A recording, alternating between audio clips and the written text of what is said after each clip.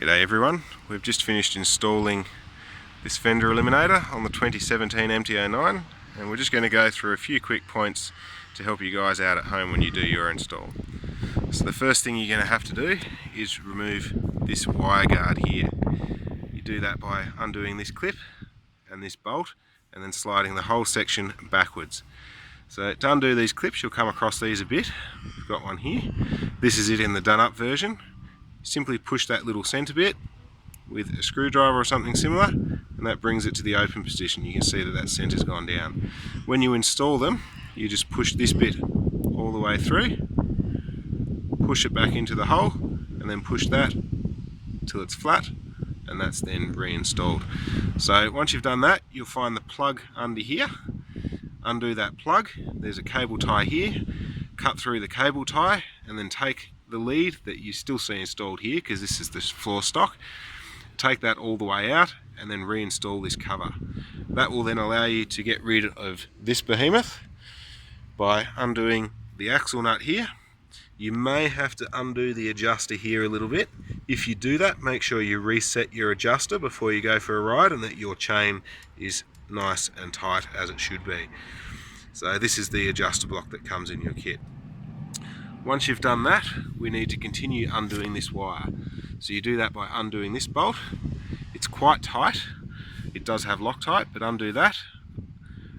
Cut through these cable ties and take the cable away. Replace the bolt without the plate. Then we go around to the other side. You need to keep undoing this wire along its path. So you unclip this clip here, which just has two sides that lift up within a ratchet style. Follow it through up here and you'll find as you come up here there is a cable tie that you need to cut through the cable tie, and that's everything you have to do to get that cable undone. You then feed the cable up through the inside here and it'll come out up near the tank. I'll just come out a little bit so you can see that, which you then have to reroute that wire following the main harness. So that's under this plate. I'll just move that out of the way. Following this main wiring harness all the way up the top here, up to this area. So you'll probably have taken the seat off before that happens. We'll move on to the next step, which is taking off the sides. So to take off the sides, you have a lot more of these clips. There's one there, oops, and here. And then the same on the other side. Then you also need to undo this big silver one here, this big silver one here, and this little black one here. Then you can pull this whole side off by pulling it backwards and outwards. There's a lot of little clips in here and a lot of little clips under in here. So just be careful you don't snap any of those off. And when you put that fairing back on, make sure you get all of those in there nice and accurately again. So once you have both sides off, you'll see you'll still have this center sheet under here, and this is screwed on with these two screws here. If I can get the camera to focus, which there's one on both sides underneath the tail light here. So then you can take this middle section off. Once you've done that, we need to take the seat lock off. So I have the seat lock over here. The seat lock is normally bolted in here, so we've left it unbolted just so we can do this video. So there's two bolts up here and two bolts up here. Undo those and the whole plate comes away. There's no cables attached, and put that aside for later. So once you do that, you'll come across 4 bolts in here. Camera focus again. These are the bolts that hold on your indicators. So you undo those 4 bolts and then the indicators will drop away. Just be careful when you do that because these top bolts are also holding in the tail light. So when you take those off, the tail light will fall away. So to unclip your indicators, you follow them back here. There's this little plastic cover and then you'll find in here the clips. We haven't plugged them back in, that go into here.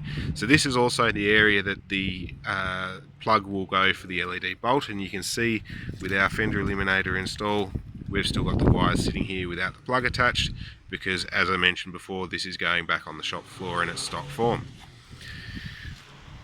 So once you've done that, you also need to get the stock plug. This is the stock plug off the stock fender.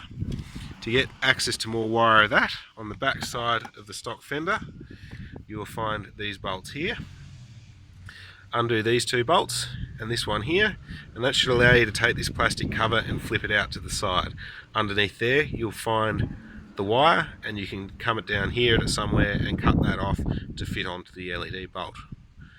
So once you've done all that, you need to install the base for the fender eliminator, which is installed under here. Let's see if we can get a good picture. Here's a, not sure if you can see that in the light, but that plate's just under there. Fit the indicators to the fender eliminator and then put the whole thing up as per the instructions. Then refit all the fairings in the reverse order that you took them off, making sure again that you're being careful for these little clips here, which are quite annoying, and they often don't align when you think they have. And obviously once you've done all that, put it all back together, test your lights, make sure they're going and working well, put your number plate on, sit back with a beer and whatever other drink of choice you prefer, and enjoy the fruits of your labour. So we understand this isn't a full install guide, but hopefully that's helped you along with the manual to get your fender eliminator installed a bit better. And yeah, thank you for choosing Mustard Bikes, and enjoy your MT-09.